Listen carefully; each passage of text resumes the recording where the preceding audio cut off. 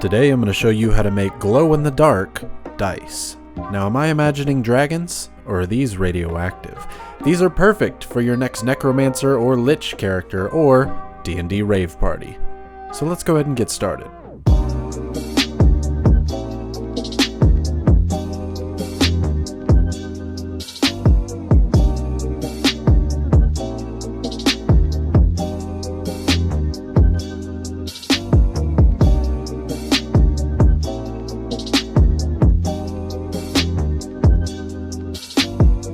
Now the key to making these dice glow in the dark is this pigment right here. It not only colors it, but it lets it glow under UV light. It says it glows for up to 10 hours, but I haven't really tested that. We're going to use the same molds that we did in our 24 karat dice video. They're reusable, so in a very brief description of how to make these, first off, you need some silicone material. You glue two dice together. You take those dice, you glue them to a cup, you mix up the silicone material. Once that's mixed up, you pour it over the dice.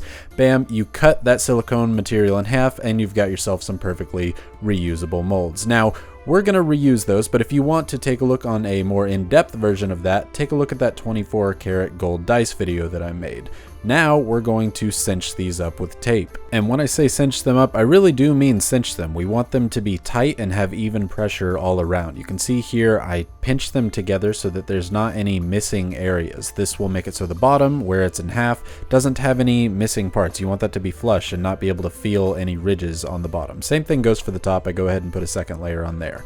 Now I'm using Art and Glow resin. It's worked for me in the past and I decided I wanted to use it again, but we're going to try a new applicator, which is a squeezable icing bottle with a long, almost needle nose tip to pour this in. This resin is mixed 1-to-1 by volume, so I have a few of these small measuring cups. I used to do it in bigger ones, but it wastes a ton of resin and I try not to do that. You'll see here I still end up wasting far too much resin. I'm trying to get that volume dialed in here.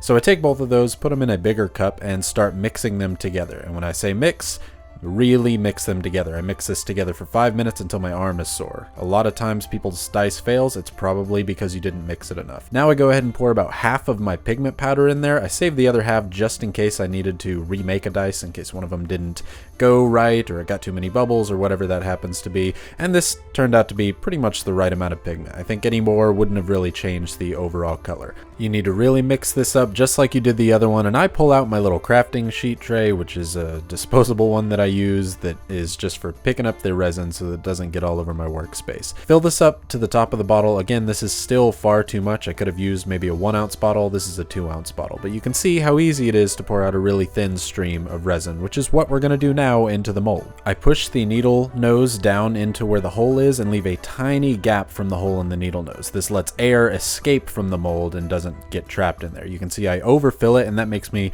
feel a little bit better because I've had resin sucked down in before and that just doesn't work. I still use the pipette like I did before, but I'm not using it to fill it up with resin. I'm using it to suck the air bubbles out of the top. Because we can't get a lighter or torch to the top of this to pop the air bubbles, using a pipette or some similar kind of instrument will help pull some of the air out the top. I fill up the rest of the molds and then we can start unmolding them after about a day. After the 24-hour curing time, you can tell that these came out pretty hard, or at least as hard as this small casting is going to let them be. Any of the additional parts that need to be cut off is something we're going to deal with in a minute. I go ahead and unmold everything, and you can see I've still got some perfectly reusable molds for the next set.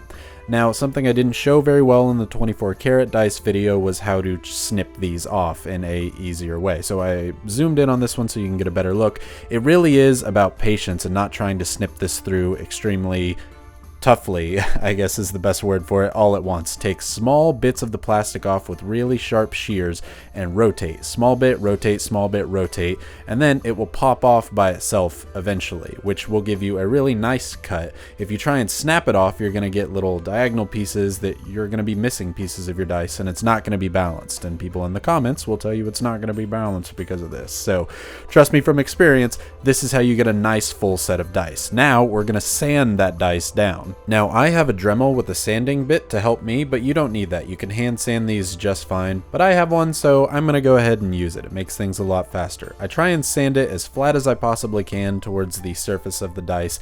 Get as close as you can. It's not completely necessary that it has to be 100% accurate. Obviously, the more accurate you are, the better, and the less sanding you have to do, the better. But if you do have to sand and you scratch your dice up, which you pretty much will, here is the secret sauce. You don't need to go get some polish. You don't need to sand it with a 15,000 micro mesh grit. You can get some base top coat dollar nail polish. This covers up all of your holes and it's completely clear, and it is basically resin, so it works just fine. This will be your secret sauce to making amazing dice. Now it's time to ink the numbers in, which I do a much simpler process because I'm not as good as an artist as some people. So we're going to take these blank numbers and fill them in with acrylic paint. I'm using some cheap 50-cent gloss acrylic paint here that I got from Walmart, and I try and fill in the numbers as best I can to make sure that each piece was hit, but really just glob it on with paint on there. You just want to make sure that the whole thing is covered, and once it is, wipe it once with a paper towel and then wipe it once with your finger to get any extra off. And you can see that's pretty darn clear. I don't see any extra black marks, and if you do,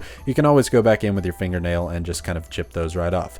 Once you have that, you're done. Your completed dice are ready. I am extremely happy with how these dice came out. I love the black and the kind of yellowish green. It reminds me of radioactive material. And you know, with Godzilla coming out this weekend, it's a perfect time to take your radioactive dice and play it in the movie theaters and have everybody yell at you. Now, I'm gotta be honest with you, there are some tiny ridges and cracks where I didn't line the molds up properly, and you can see those little black lines where I tried to wipe paint off and it got caught in the lines. So they're not perfect, but that's okay. It just kind of makes it look more radioactive to me, and I like it. But I know what you want to see. You want to see these things lit up with a black light, and here you go. Lighting these up is amazing. One, they look great under the black light, but two, if you charge them, they glow. This is not in a perfectly dark area. These things glow and give off a lot of light. I think the black ink really shows what is giving light and what isn't, and is a nice contrast between the brightness that comes off of these dice. Now, I took them to a really dark room to charge them up, and you can see, dang, these things really, really glow. Now, a camera is really difficult to pick up glow-in-the-dark things like this, but you can see they actually make my hand glow in the dark, and that's about as good as I can make them show on camera. Shout out to Anna Lee for subscribing and interacting in the comments down below. We hit 2,500 subscribers so recently and blew past it to 2,600. Thank you guys so much for watching, and I really appreciate you checking out my videos. Drop a comment down below on what you might like to see next, and share this with anybody who wants to touch radioactive dice and turn into Matt Mercer.